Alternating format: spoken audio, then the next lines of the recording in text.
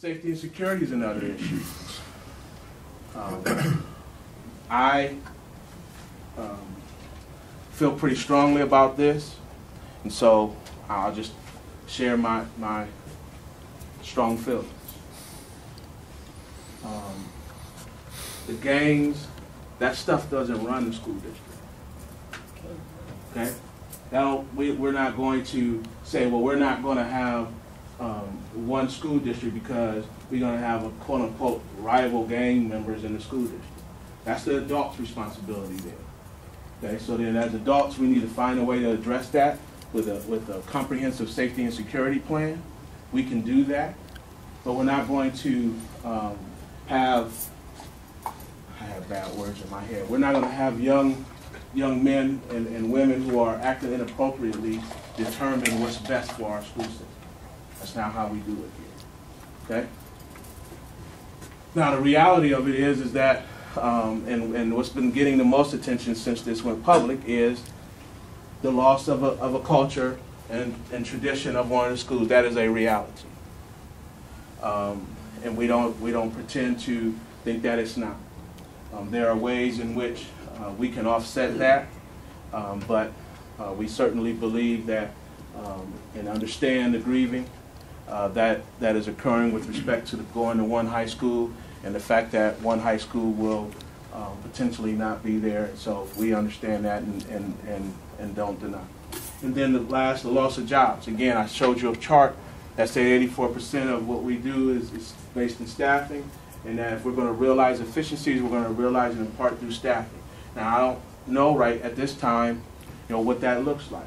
That could be done through attrition, where people don't actually lose a job, but the reality of it is that again, when you're inefficient, we believe we need to become efficient, and so we will do what we need to do so. And so our implementation plan is to have grades 10 through 12 at McKinley High School. One of the things that I am proud of some work that happened prior in the district that for some reason went away was the creation of a pure freshman academy. We tried to start that at McKinley. It is happening at McKinley right now in the Smith Annex. We want to create a full freshman academy for all of our students. I know most of you have had the opportunity to raise students and kids, and a lot of you are older than me. That is not an offense. Don't take any offense at it. But so you've had freshmen, and they're a little different. Okay, and so we want to put an opportunity around them to help them be successful long term. And the Freshman Academy has tenets and principles in it that allow freshmen to be successful long term. Career Tech. We have a huge Career Tech programming in the Kansas City School District,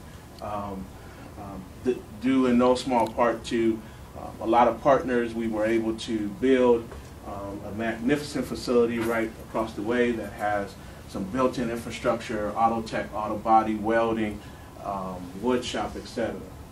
We have the coffee and muffins today was provided by our culinary arts program. We have a cosmetology center that's second to none, and a nursing. All those things, we had planned to use those things because those facilities are great for our students. They get them career ready, and so we will utilize those, continue to utilize those facilities for our students. And how do you do it? The adults do proper programming and proper scheduling, and there's a scenario where you can have different schedules for different kids, but you can ultimately do this. These are not barriers to doing so. At Early College High School right now, I will tell you, I have Early College High School, one of our prides and joys of the Kansas City School District, aligning with Sowers in the Early College Academy. Sort of creating a 6 through 12 pipeline where students in Early College Academy and Early College High School align their efforts and resources all the way through. Two great programs, two fantastically performing schools. One of the things that I've thought about and since I've announced is whether or not that makes sense. to put them together at Sowers. Opening Sowers was a great thing for the city because it put a school open back on the southwest side. But the reality of it is that long term we have to decide again whether we want to make that investment. But that's where we are right now. That's subject to change. One community, one school.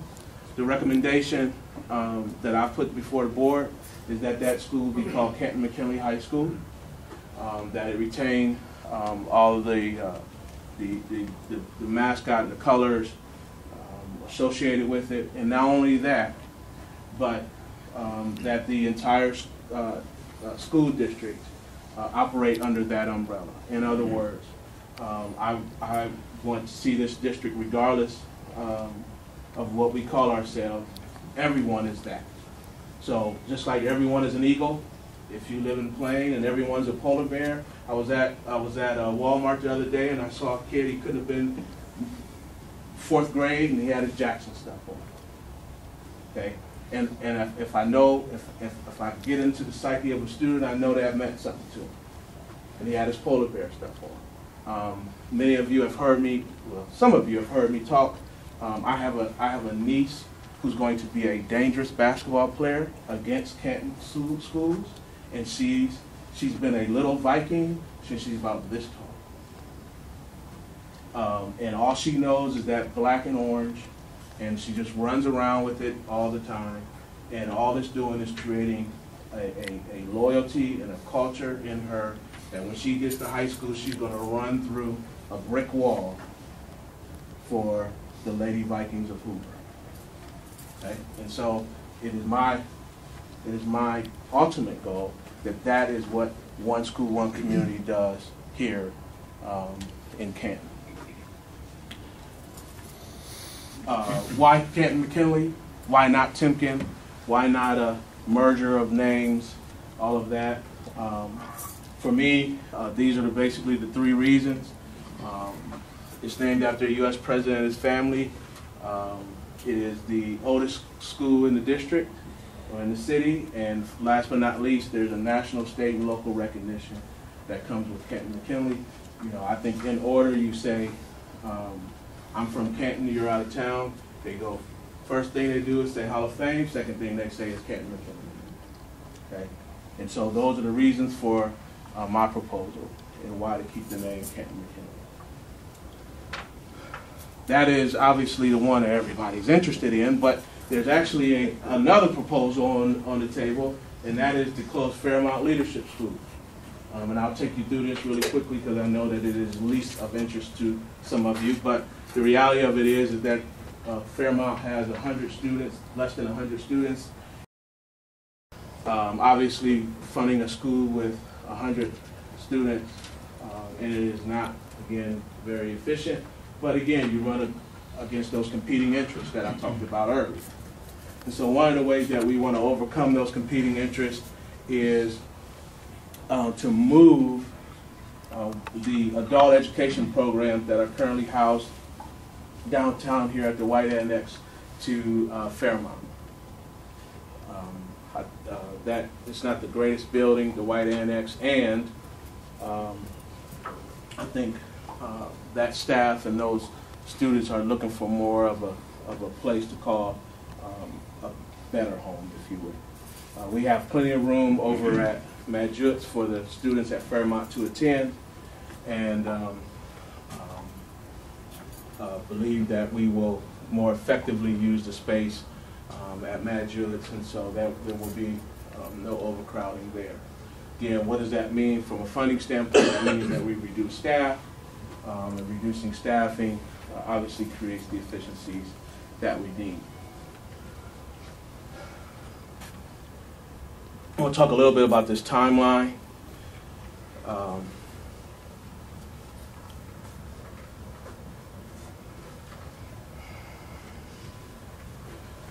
So I actually view the timeline a little different than maybe my friends at the repository. You know, I look at the timeline and say, you know, that this board has created a situation where The public will weigh in first, not last. And so we introduce the concept to them, and then the first thing they're going to do is get community feedback. That's the first order of business. And they will get that community feedback through the 2 meetings that are being held this week. Just by way of protocol for those who want to know, we're not, we need to have all voices heard in the room.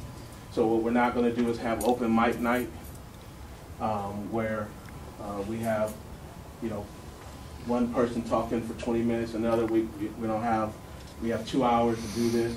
And so what we'll do is we'll create an opportunity where everyone will be at tables, have an opportunity to share their responses to the plans based off of certain prompts.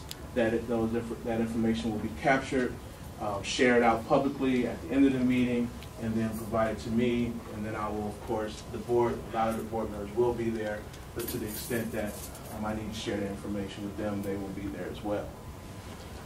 We will take that information and feedback both from today, from Wednesday, Thursday, have more deliberations and conversations about the ideas and the recommendations, see if we need to start revising some of them.